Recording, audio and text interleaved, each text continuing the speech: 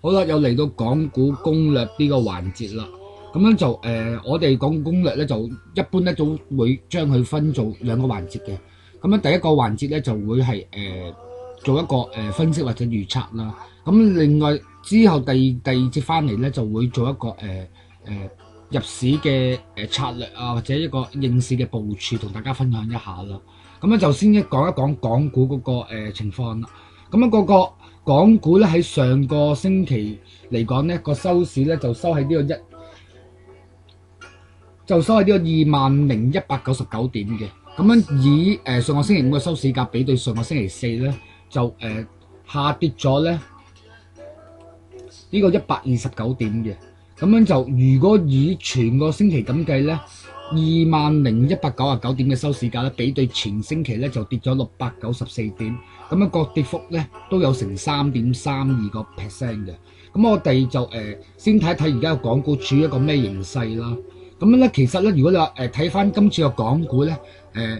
而家就好明顯處於一個下跌浪入邊啦。咁我哋可以分兩個角度去做一個解構嘅。第一個解構咧就係話咧，今次嗰個港股嘅調整咧，其實係開展於呢個21196嘅21196呢個指數咧，就係8月4號嘅高位嚟嘅。咁樣之後咧，個港股咧好明顯步入一個調整入邊嘅。咁我自己個人去睇咧，咁樣就呢個短中期嘅調整浪咧，係屬於咩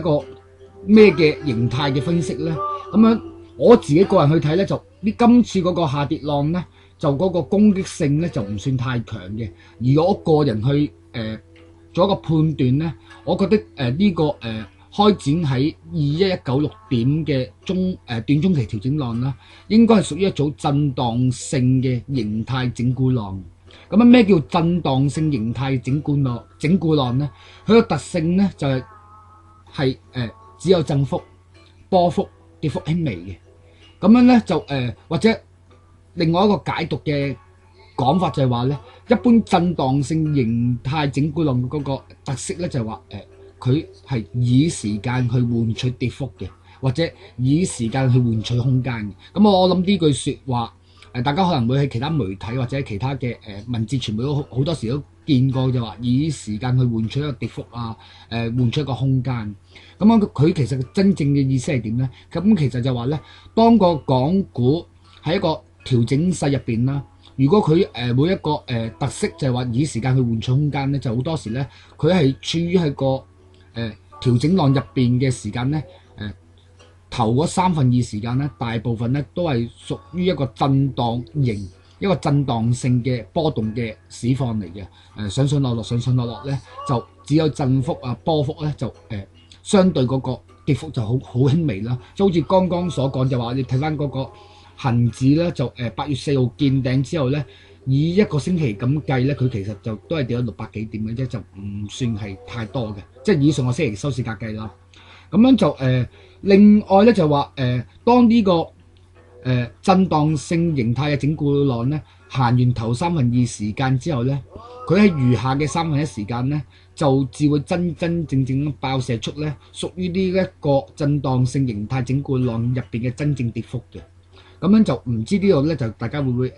唔清楚唔明白啦。如果大家會有啲疑問或者對呢方面有啲興趣嘅話咧，大家可以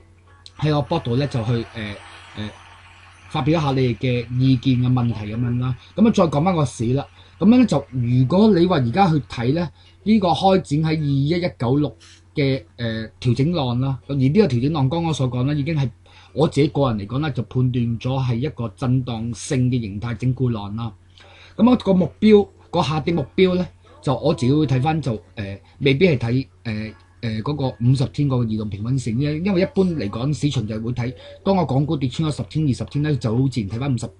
天個移動平均線啦。但係我自己個人咧就會睇翻係18,855至到18,960點嘅呢個位咧，其實喺嗰個恆指個日線圖嚟講咧，大家好容易揾到出嚟嘅，係一道上升裂口嚟嘅。上升裂口，而呢個上升裂口之後咧，就係個高位咧就2196，所以咧你話喺呢個高位見咗頂之後咧，做一個回吐或者整固嘅話咧，好正常。你話一個下跌嘅目標咧，就好正常會試翻呢度上升裂口嘅。咁啊，如果呢度上升裂口咧冇去回補或者冇去被到完全回補嘅話咧，相對咧佢後市嗰個影響性咧就唔會太大，亦都唔會帶嚟太大嘅變數啦。咁如果有呢度裂口被回補咗嘅話咧，咁可能後市咧相對咧就會麻煩啲，可能咧個變數亦都會隨之湧現啦，就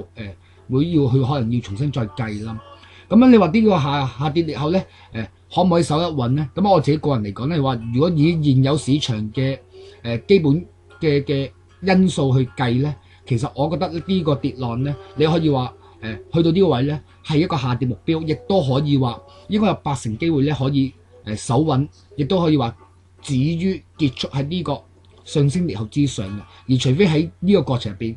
嗰個而家本身個基本因素咧出現一個變遷啦，繼而咧呢個變遷咧就注入一個滲透性嘅變數入去呢一個震盪性嘅形態嘅整固浪入邊啦。如果唔係嘅話咧，我相信呢個位咧應該係守得穩嘅。咁樣再繼而講一講個50天線啦。咁好自然，一般大家通常都會話，當個港股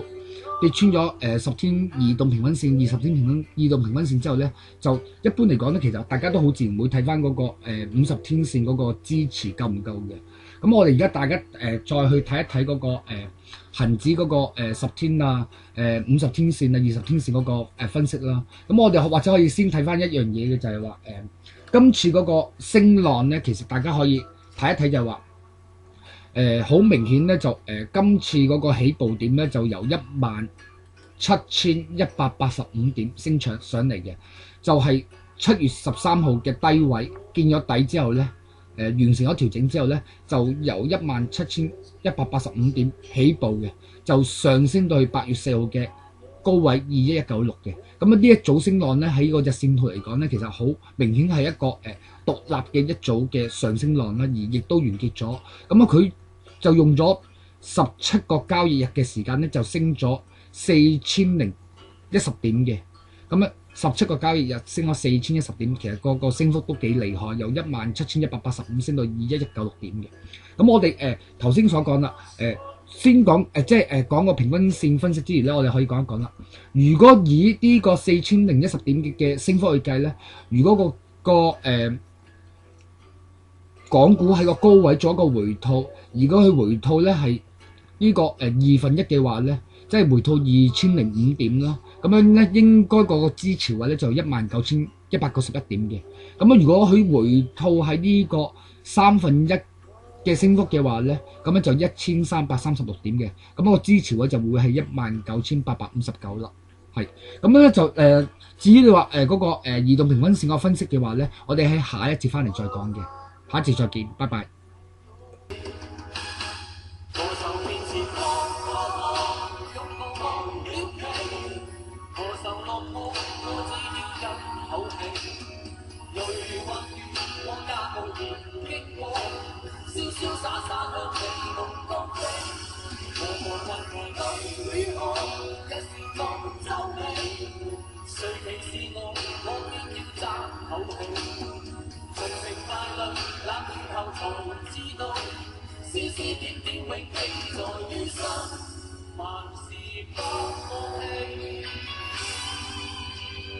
風雲半生，用上血與淚去創造嘅一個中環金融界神話。密切留意許浩南的金融血淚史，將於2009年9月8號風雲再起。